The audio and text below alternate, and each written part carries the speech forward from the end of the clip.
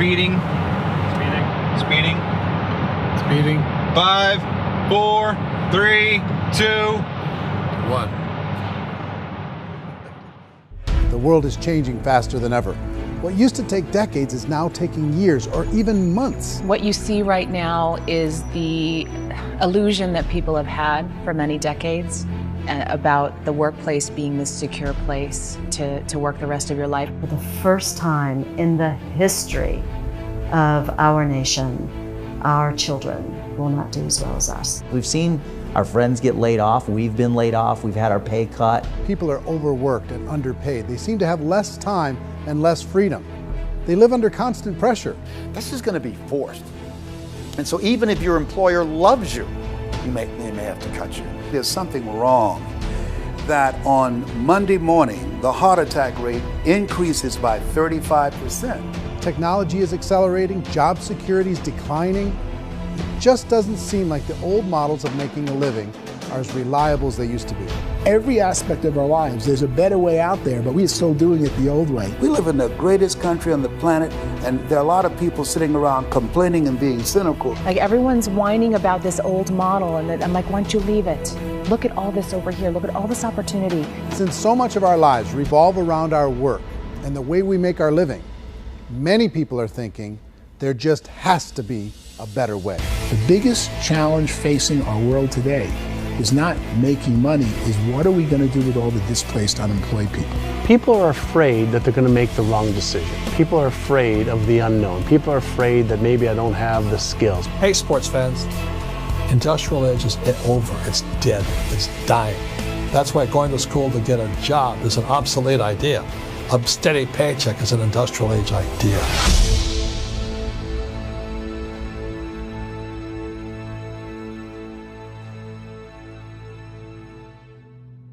It's the search for answers that has brought us here together today.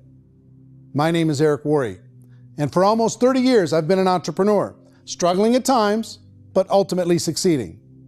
As a best-selling author, speaker, and business owner, I've spent my entire career helping millions of people around the world to become entrepreneurs. And I believe strongly that there is, in fact, a better way when it comes to how we make a living. The career landscape has changed dramatically, and many are still working in a model that is completely out of date. What worked for previous generations isn't working as well for people today. In this film, we're going to explore 3 important questions. First, what's really going on in our working world today? Second, in this new economy, is it better to become an entrepreneur, or is it safer to work for someone else? And third, if a person decides to become an entrepreneur and start their own business, how can they do it without taking on massive risk? To help in this journey, I've brought together some of the greatest experts and thought leaders in the field of entrepreneurship to share the real facts with you. My intention is to give you new information that will allow you to make choices that are not limited by an old, outdated model. Let's start by understanding what's going on in our working world today.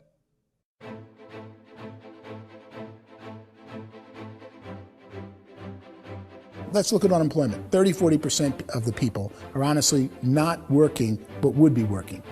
What our government does is if you haven't found a job in 6 months, we don't call you unemployed. We pretend you dropped out of the labor force. I've often said that unemployment, particularly structural unemployment, that's unemployment due to technological changes, is the first sign of economic growth.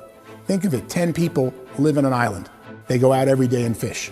One day, new technology shows up. A missionary brings them a net. Now, using the net, one pilots the boat, one throws the net. 2 fishermen can do all the work 10 used to. That's a 500% increase in productivity, 2 doing the work of 10, in one day. You don't have to learn a lot to learn how to throw a net instead of throw a fishing line. The island's got a big problem, 80% unemployment.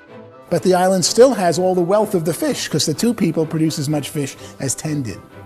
Now, of course, looking back in history, these changes used to take thousands of years. And during that time, we went into farming and transportation. Some of us became doctors and some teachers and lawyers, and we developed all these new professions and new manufacturing jobs. Today, these changes are occurring literally in one day when a new technological advance occurs, and we don't have the social structures to deal with it or to retrain the unemployed people. So one of the things that I think is interesting as I travel across the country and really travel around the world is the way that we work and the way we get paid for work is changing pretty dramatically. On a global basis, everything is being turned upside down because of the rapidly advancing technologies. They are eliminating many jobs, and we have been left with many people not prepared for the jobs that exist. A lot of demand in public companies was to squeeze out all the fat and to get just as much margin as we possibly could, and fat equals humans. So this idea of job security and information age is so obsolete, but it's still taught inside our school system, and that's where the problem starts. There's no financial education in the school system, and people are still trained to be employees to work for that paycheck. This is a chart on the middle class. What's happening in the middle class, those that went to school, their incomes have been coming down for years. And parents still say to their kids, go to school, get a job. Now what happens to all those middle class people who are dropping off the ends of the chart? Well, they become what's called working poor. And this is what happens to working poor. But they say poverty is ending. Well, poverty may be ending, but working poverty is going up. And this is food stamp usage. So food stamp usage in America is going through the roof right now, because people cannot earn what they call a living wage. Most people have experienced financial pressures that I think are probably greater than they have been in the past. If you're not working for yourself, then it's going to be a pretty hard road for a lot of people. Today, if you're going to control your future, the 40-40 plan is gone, where you can graduate from college and get a job and work for 40 hours a week for 40 years. That day is gone. So some of these charts actually tell you what's going on. And this is a really interesting one. You know, people are going back to school because if I go back to school, I'll get a nice job. But this is what's happening to, it's called Sallie Mae, which is the student loan guys. Student loan is going through the roof. It's now over $1 trillion, and student loan debt is worse than credit card debt. So when people stopped using credit card, the government got people into student loan debt. And the problem with student loan debt is you can never be forgiven. See, with credit card debt, you can declare bankruptcy and all's forgiven. But student loan debt, you can declare bankruptcy, you still owe it. It's the worst of all debt. But this is the next picture. Look at this chart here. This is what's happening to wages of college graduates. It's going down. So you go to college, you rack up all this debt, but you earn less money. Now, that's not that intelligent. Average person who's been working a lifetime in America today is ending their lifetime at 65 with about $41,000 in assets. They earned just enough to survive. I think in the United States we have something like 17 trillion in debt. That's just the federal government debt. We got another 2 in municipal and in other, let's call it almost 20 trillion government. We've got 40 trillion in private debt. That comes up to close to 60 trillion.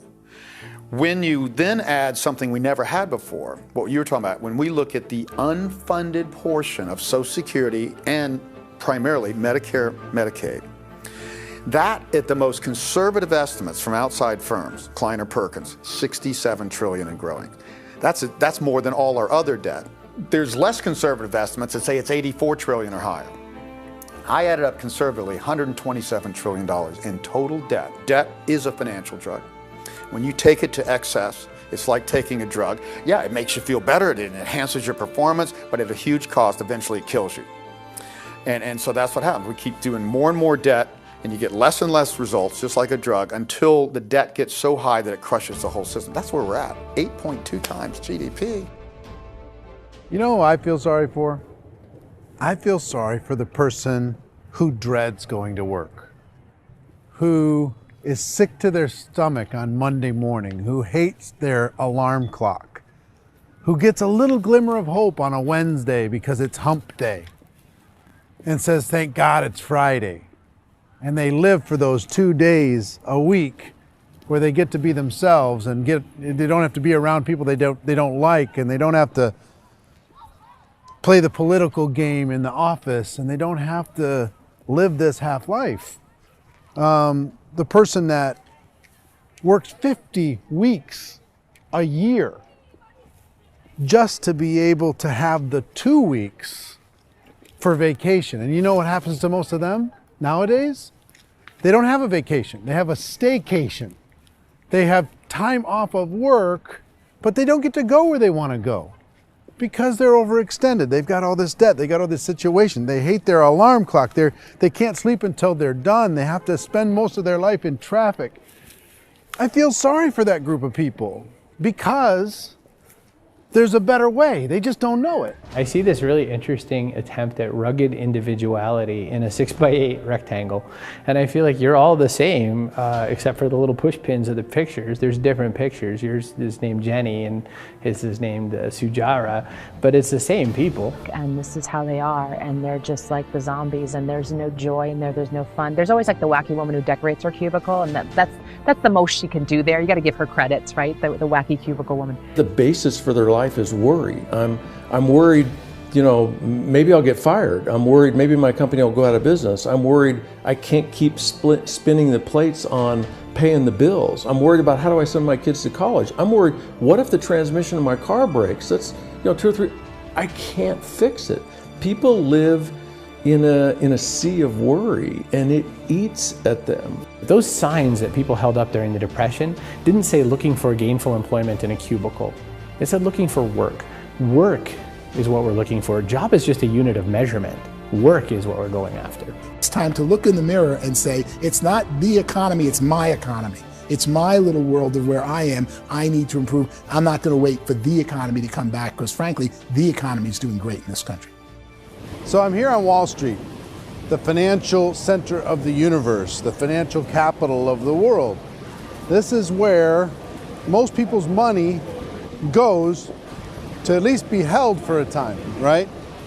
With interest rates in banks being effectively zero, and many experts are predicting it's going to stay at zero for the next 10, 20, even 30 years, people feel like they don't have any choice but to put their future into equities, to put their future into the hands of other people on this stock market, and hope that the stock market goes up, hope that the stocks that their advisors pick or that they pick goes up. That's one way to go, I guess. It's my personal belief that if you put your future into the hands of yourself, in other words, you have earning power by yourself, I think you're a better investment than these guys. I think you controlling your future is a better option than handing over your retirement to these guys. The average household income in the United States is approximately $50,000 a year, what they call the middle class. To reach the top 25% of income earners, you'd need to earn at least $90,000 a year. To reach the top 10% would be a household income of $140,000, the top 5%, $190,000, and to be in the top 1%, you'd need a combined household income of at least $380,000 a year. So here's the question. What do you think would give you the best chance to move up and get to the top 10%, the top 5%, the top 1% or beyond? In my opinion, and in the opinion of many, many experts, the answer is to become an entrepreneur, to become your own boss. I think you have to be a business owner. I can't, the only time I ever say to someone it'd be great to be an employee is when they've already told me they've surrendered. I only tell people who are wounded spiritually that they should be an employee. And it's that feeling that you get when you pick up the backpack off the little Cub Scout and say, "Don't worry, little guy, we'll get you back to the camp." You know, it is in no way a kindness when I tell someone they'd be a great employee. The other status symbol really increasingly is lifestyle. And people who can own their own business, maybe even work out of their house, that I tell you, people admire that. Like, gosh, I wish I could do that. The spirit of the entrepreneur is to be a risk taker and to be resourceful and unstoppable and to have a vision of yourself beyond where you are and not willing to settle for life as it is. You think about the great entrepreneurs, they're visionary, they have heart, they're willing to do today what others won't so they can do tomorrow what others can't. Personally, I don't think of the new economy, the old economy. I create my own economy. The entrepreneur's in control. I decide what the economy is going to be like. In the world of entrepreneurship, there are no limits. you can make as much as you want, depending on how much you want to work and how smart you are and how great a team you put together. There's no more lifetime rewarding business than being an entrepreneur. Why in America, where anyone could be anything, would people want to give up their freedom and become effectively a modern-day slave, told shut up and be here every morning at 7:30, leave at 5:30, and do what I tell you? If people decide to become an entrepreneur and work for themselves, they have some traditional options, but they're riskier than you might think. Any kind of a retail business, retail build-outs, is extremely expensive. Even just these small little yogurt stores where they're putting little yogurt machines and you get all the different flavors, you're spending $200,000, $300,000, $400,000 to open a yogurt shop. I would love to buy a Dunkin' Donuts, but it's $500,000 or so to start. I don't quite have that just-in-case money. Risking lose it all, and most guys do 2 or 3 times, and even big guys like Branson, because I'm such a fan of his, half his companies don't work. If you make $1 million, your problems are going to go. If you make $1 billion, your problems are really going to go. Just the opposite. You and I know when you're making $1 million, you got $1 million responsibilities. You make $1 billion, you got 1,000 times $1 million responsibilities. And most people say, I'd love to be my own boss. 70% of Americans would love to be their own boss, according to recent polls. But they don't know how to get there. Because what are you going to do? One, you could buy an existing business. If somebody's selling an existing business, you have to ask why. Usually because it's probably hard. It's probably not making as much money as they hope. 2, they could buy a franchise. A little less risk, proven system, but it's expensive to be able to do that. 3, they could start something from scratch. And that's where a lot of people feel like, I don't have the chops to do it. I don't have the money. I don't have the product idea. I don't have the expertise. I don't have whatever it's going to take to be able to get there, and I can't risk my family to do it. So, 4th, they could become an investor. A lot of people in this town invest to try and figure out a way, but you got to be pretty smart with that game too, right? Venture capitalists, who are the very best and most sophisticated in investing in new breakthrough businesses, make it on 1 out of 11. That means 10 out of 11 are mediocre or fail. Most of them fail. That's the risk there. An angel investor is lucky to get 1 out of 15 or 20. A business is a team sport. Like, I have to have accountants, I have to have engineers, I have to have system designers, I have to have sales, marketing, I have to have accounting, I have to have mission statements, I have to have legal and all that. The average Joe Schmo, even me, I go out there, I don't have the skills to put a business together. I think the bottom line for the 4 traditional options is they take money, sometimes a lot of it. They take expertise, and they take time. All of that adds up to just too much risk for most people. I bought a business from somebody else and it was a lot of work. And you start wondering, what did I just buy? Because I guess ultimately I own your email list and I just overpaid for it. People that start their own business, they spend a lot of money, they spend a lot of time, a lot of effort to get things started. And the more you invest on the upfront, the harder you typically work at it. Well, I can tell you what the success rate is of a restaurant. What is it? They're crazy enough. About 90% of them fail. About 90%, in how quickly? Year less. Wow. And if we're talking non-franchise, we're talking franchise, Sure. That's totally different. Yeah. But our students aren't getting franchise restaurants. You got to invest the big money. Exactly. And with someone like McDonald's, you've had to work with the company for a long period of time, really know the To even have a business. chance at investing $1 million. Have a chance, and it's a slim chance. What if there was a way that you had all the proven aspects, the comfort aspects, and you could still control your own life? What if there was both? In other words, you didn't have to create everything from scratch. You didn't have to be a super leader. All you had to do, what if there was a proven product already? You didn't have to create the product. And there's a proven system already, proven training already. Everything except an employer. That was the only thing that you didn't have. Do you think more people would be open to working for themselves in that environment?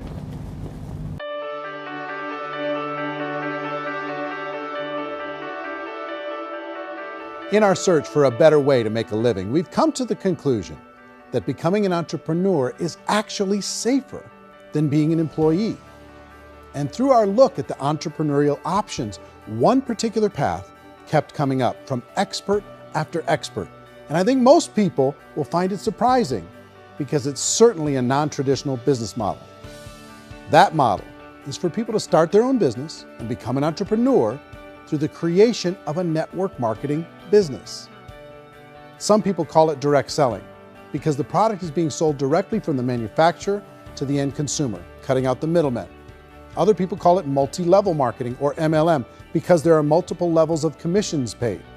The most common term today is network marketing, because network marketing best describes using a large group of independent distributors, independent entrepreneurs, to move a product or service more efficiently. So my friend here, Donald Trump, and I, we always write about the network marketing industry. And the reason we support the network marketing industry is because it really is a business school for entrepreneurs. Because most people come out of school looking for a paycheck. Oh, that's terrible. I went to network marketing like that.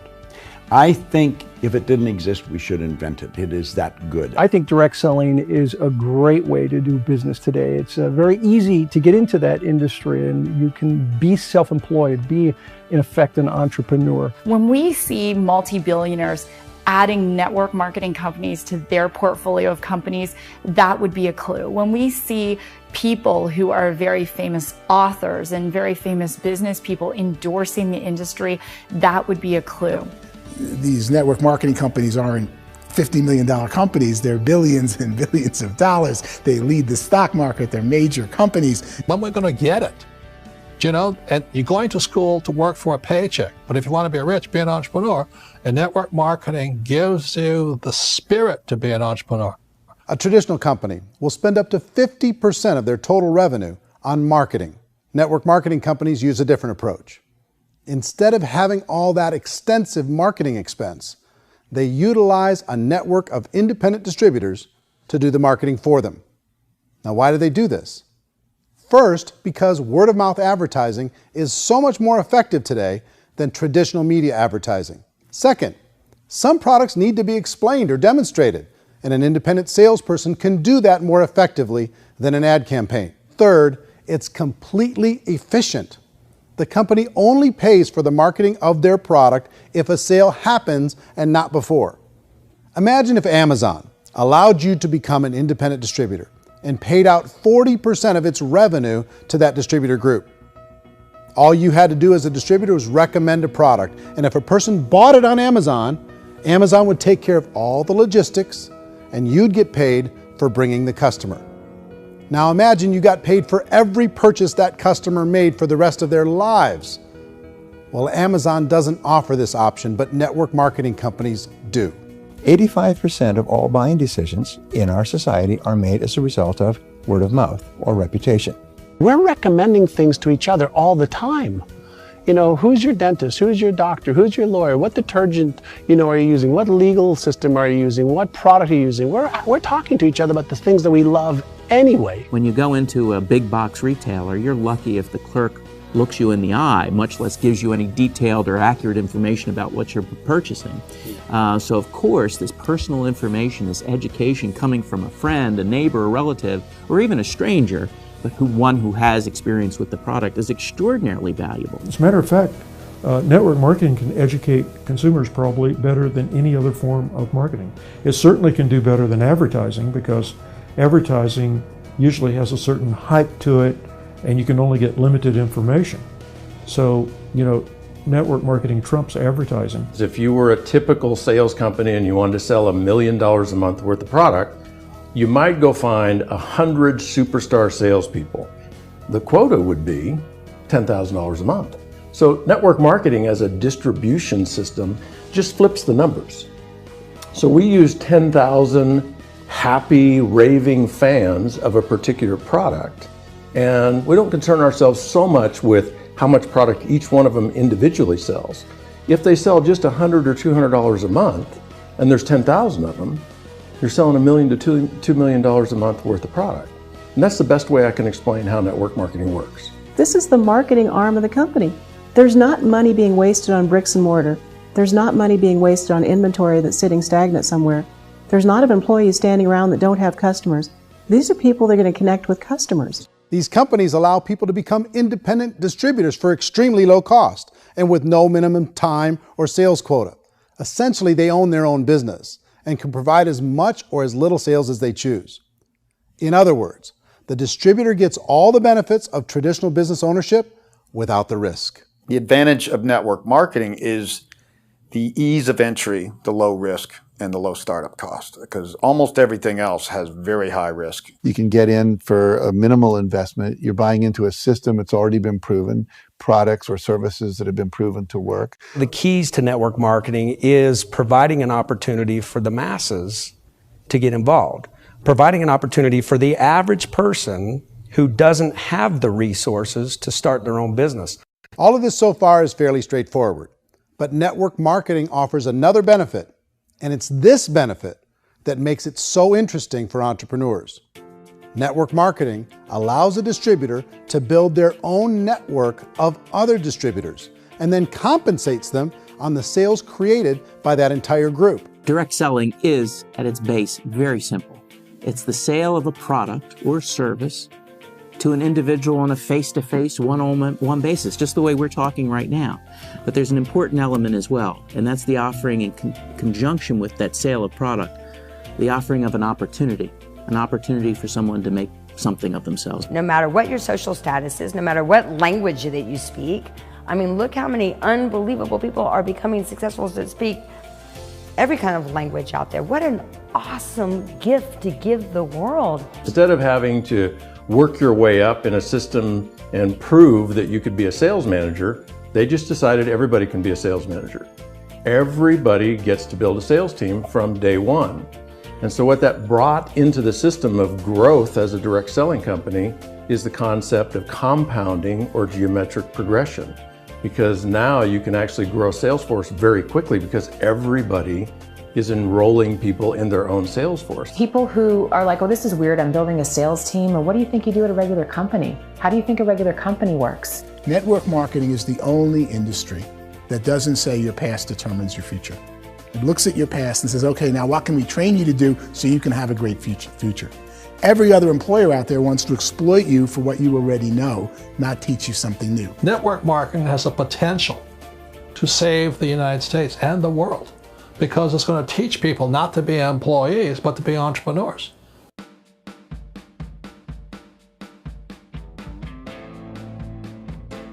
According to the Direct Selling Association, if you add up all the network marketing companies around the world, they combine to do over $178 billion a year in retail sales. To give you an idea of how big that really is, the NFL, the National Football League, does approximately $9 billion a year. The music industry does a little more than $16 billion a year, and the movie industry does about $80 billion a year. Using a conservative average, network marketing companies pay their distributors about 40% of that $178 billion in the form of commissions, which adds up to more than $71 billion a year. That's almost $6 billion a month. It's almost $200 million in commissions every single day. So it's certainly working, and people are making serious money in network marketing. With the growth of the direct selling industry over the last 10, 15, 20 years, we've seen a broader understanding of the channel. We have seen more and more people getting involved in the business, so our penetration in the marketplace has increased, and thus the understanding in the marketplace of who we are has increased. And we've seen non-direct selling companies look at the direct selling model and say, something's going on there. People are making money, companies are being profitable, individuals are being motivated, product is being delivered to market. Maybe we should explore this. Some people think only the people at the top make money. Well, let's take a look at that as well. In the network marketing profession, there are roughly 500 people in the world who earn over $1 million a year. If you round that number up to $2 million a year, that adds up to about $1 billion a year. That takes the $71 billion paid out each year down to $70 billion. So where does the rest of the money go? The vast majority goes to part-time people making anywhere from a few $100s a month to many thousands of dollars a month. It goes to people who choose to make it a full-time career move and earning even more than that. Every day, people are using the money they earn through network marketing to pay off debt, have more fun, and improve the quality of their lives. Everyone I know in network marketing has been doing that since the 50s. They go to work when they want to go to work. They stop working when they want to take time with their children to have a leisurely breakfast and discuss issues and drive them to school. They go back to work when they get home, wherever they're working out of. The biggest thing that I've seen is people that have become much happier in their life. MLM has probably made more millionaires of more people in more countries, and I've spoken to them in 67 countries than any other single form of business, starting from nothing. If they have a choice between working a job for the next 10 years or working a network marketing business for the next 10 years, the result of working the network marketing business will be better. A lot of people within the industry go on and make this a career and do extremely well at it. Network marketing has been nothing but good for everyone I know that's been involved with it because they did it seriously and they played full out and they've been very successful. It's been a constant barrage of success stories and people showing off stuff that they got as a result of it. How many people are involved? Approximately 16 million Americans and 96 million people around the world are currently participating in network marketing. And in a recent poll, 82% of those people report a good, very good, or excellent experience with network marketing. So people are happy.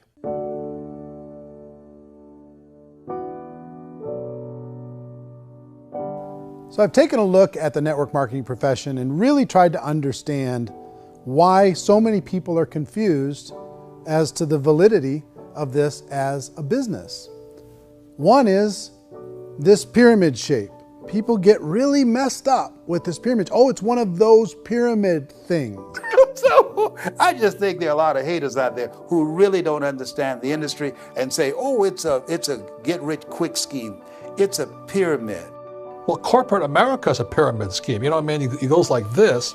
You have thousands of MBAs, let's say working for Ford or General Motors or Coca-Cola. If all these MBAs are all trying to get to here, that's a pyramid. Only one guy's going to make it. Every 10 years, one's going to make it.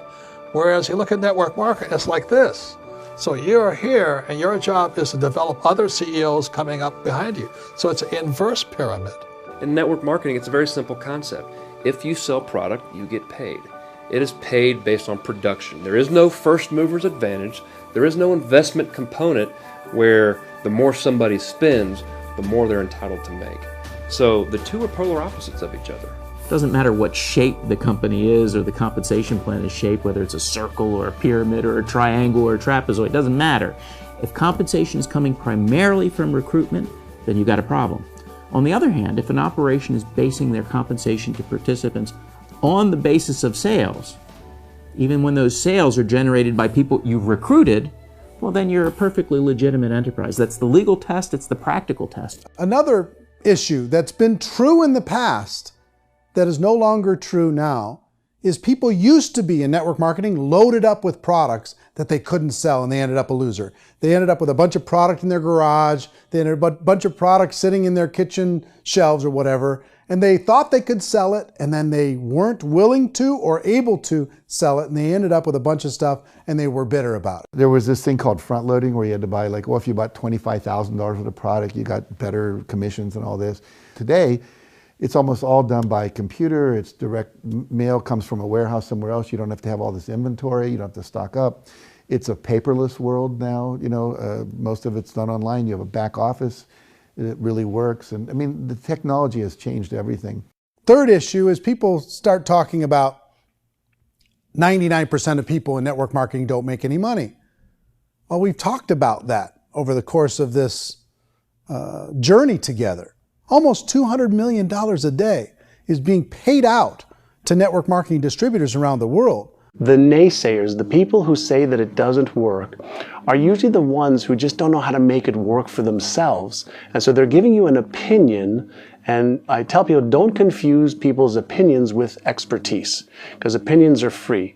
And don't confuse sincerity with the truth, because people can be sincerely wrong. But here's the reality inside of network marketing. The vast majority of people that get involved in network marketing just become customers, and they get involved to be able to purchase product at a lower price.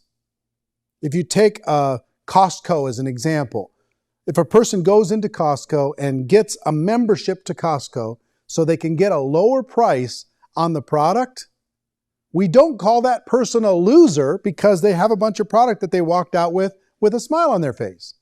Yet when some people want to take a look at network marketing, they say, well, those people, they're just using the product and they aren't earning an income, so they must be a loser. They're not a loser, they're a happy customer. That's the vast majority of people that are involved in network marketing. Now, a smaller percentage of those people decide to go build a business. They earn $300 a month, $500 a month, $1,000, $2,000. That's the bulk of earnings in network marketing. And then there's the few that really decide to take it serious, really decide to build a large network, really work to make that network very, very productive. And those people make huge amounts of money and there's no cap. What I do as an outside economist, just somebody looking at this industry like any other industry I speak in and say, look, what's the realities of this? 1% do incredibly well. 10% generate some additional income at pretty low risk and effort. That's not, and 90% of people roughly end up customers. One thing that I think is real when it comes to people's perceptions about network marketing is people put this, and distributors, I think, involved in network marketing have some responsibility for this. They have sometimes unrealistic claims about the product or about the income. Most people who become distributors, they want the money, they want to be successful, but they don't have the skills. They don't know what to do. And when people don't know what to do and they're in a new business, they're scared. And when they're scared, they panic and desperation kind of sets in. So they think everyone they talk to has to get in. So if I talk to you and you say, well, no, I don't have time to do that, they're like, no, I need you. You have to do this or I won't be successful. So I start clawing on you. I start that desperation. So then I start making claims about the product, which are not appropriate, probably not even true. Or I start saying, oh, let me show you how you can make all this money and you don't have to do anything, Eric. And so you just totally misrepresent the opportunity, and you're clingy with people because you think you need everybody to be successful, and you don't. You know, one of the messages that I try to deliver most forcefully to companies as well as salespeople in direct selling is that you don't have to overpromise. The reality is in network marketing, there's a lot of hard work involved. There's a lot of effort. You're going to have to develop yourself. It's a business like anything else. It's going to take some time, but in my opinion, it's better.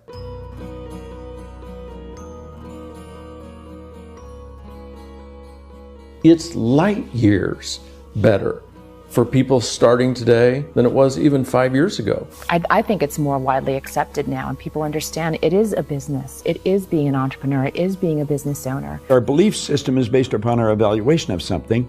And frequently, if we reevaluate a situation, our belief about that situation will change. The industry has changed and it's grown up. It's totally transformed. You've got young people today that have grown up with social media, and they understand networks. They understand how people are connected through technology, and they understand how money flows through those networks. So when they see network marketing, they don't see it the way their parents saw it. And we've all learned, the larger industry that you represent, has all learned from those mistakes and flaws and errors that have happened early on. Early algorithms didn't work the right way. That's all fixed. It's like when they design a computer program, they design the program, then they run it, and then they go back through and they debug it.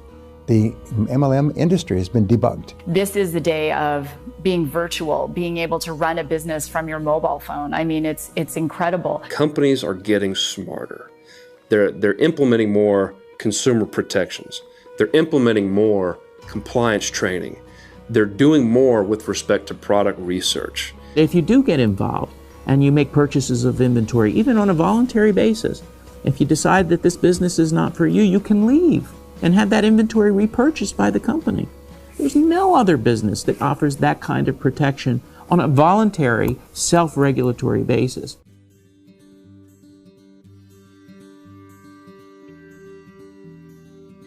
If you decide to look further into a network marketing business in order to generate more cash flow for your family, I would recommend reviewing the following 4 elements. First is the product or service. And on the product or service, I would ask 5 important questions. 1, do you like it? Is it something you would feel comfortable sharing with others? 2, is there a recognized need in the marketplace? It's hard to create a need if one isn't naturally there. 3rd, does the product meet that need? Does it solve a legitimate problem for consumers? And 4th, is it priced to sell? Can it compete in the marketplace? And fifth, is it priced for profit? Is there enough margin for the company and the distributor to be able to generate income for the long term? If you can answer the questions on the product to your satisfaction, the next element to consider is the company itself. Is it well run? Do you believe in the founders or the management team? Do you feel they have what it takes to go all the way? See, it doesn't matter how good the product is if the management can't take care of the company. Good management can change with the times. They can handle adversity. They can make good decisions. Make sure you choose a company that can serve you for a long time. The third element to consider is the compensation plan. And with that, there are 3 important things to look at. First, a brand new person needs to be able to generate some money fairly quickly. It may be an obvious reason, but you can probably imagine the ripple effect of a distributor getting involved and having even a small victory fast. That can only help with the overall success of the organization. Second, a person should be able to develop a moderate part-time income in a reasonable period of time. As they develop their network and as their sales grow, they should be able to enjoy more benefits. And third, for the people who are really serious, for those who decide to really go pro in the network marketing profession, there should be the possibility to make a serious full-time income if they work hard and are committed to developing their skills. If you're comfortable with the product, the company, and the compensation plan, the last thing you should look at is the support that will be made available to you. Does the company have a website?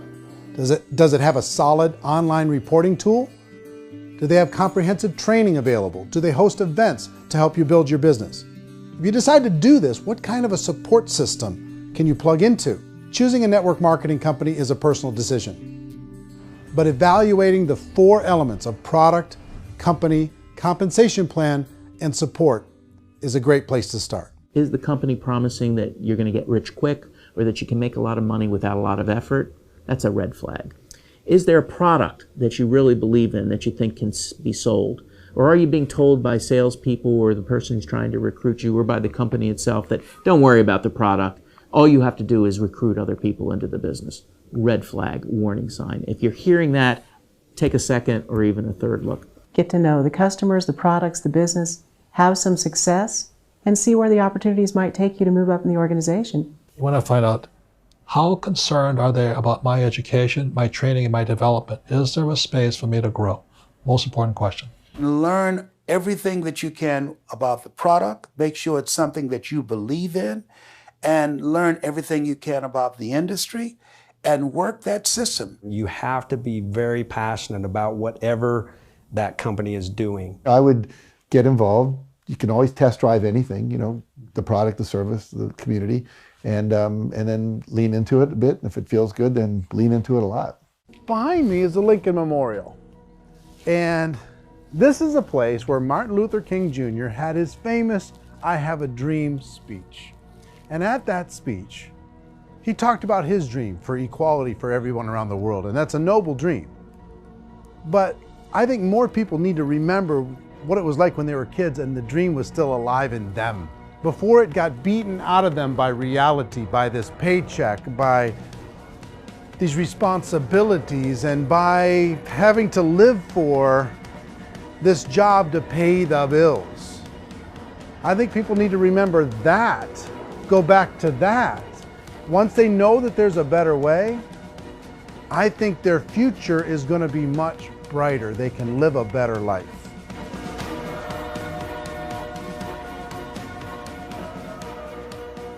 So if you're considering getting involved in a network marketing company, let me offer you just a few pieces of advice. First, network marketing isn't perfect. It's emotional, it's challenging. Like any entrepreneurial venture, it can have its up days and its down days. But if you have an entrepreneurial bone in your body, it's just better. Second, if you're gonna do it, decide to be professional. Decide to go pro. It's better to do that than just be this amateur sticking your toe in the water. Third, as any professional, you're gonna have to learn some new skills. And I promise you, inside of the network marketing profession, they're not too difficult to learn. Fourth, like anything worthwhile, it's gonna take some time. Don't expect that you're going to get to the finish line right out of the gate. And fifth, it's worth it. It's worth it to be able to take charge of your life again. It's worth it to be able to control your own financial situation. It's worth it for the people you're going to be able to spend time with.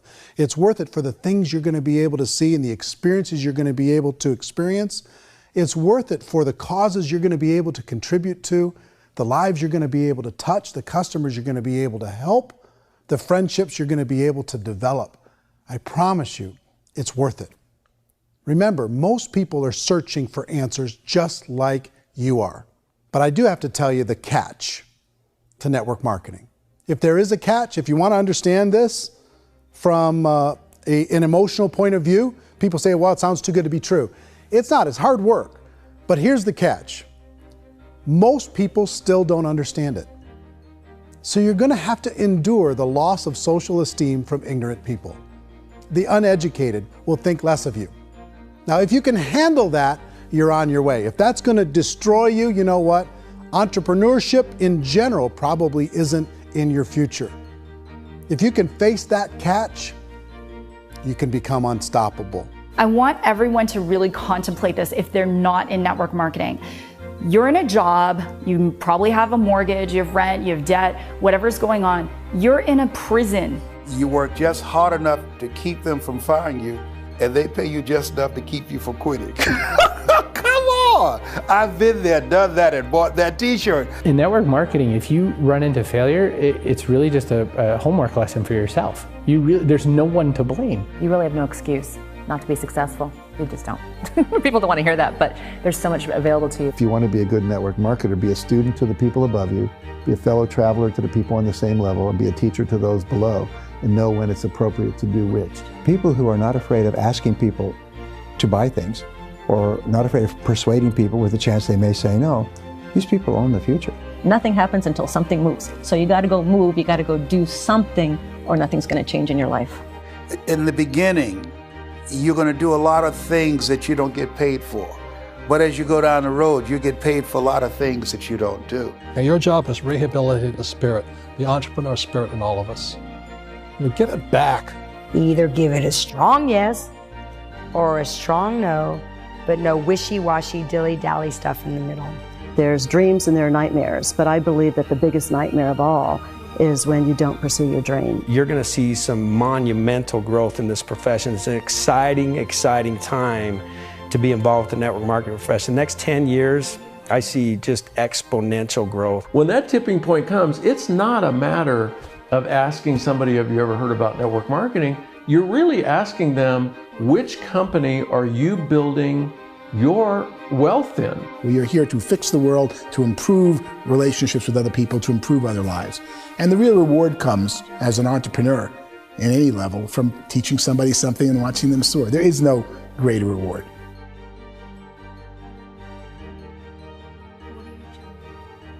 Life's too short to spend it living someone else's dream instead of your own. It's too short to spend it living at a fraction of your potential.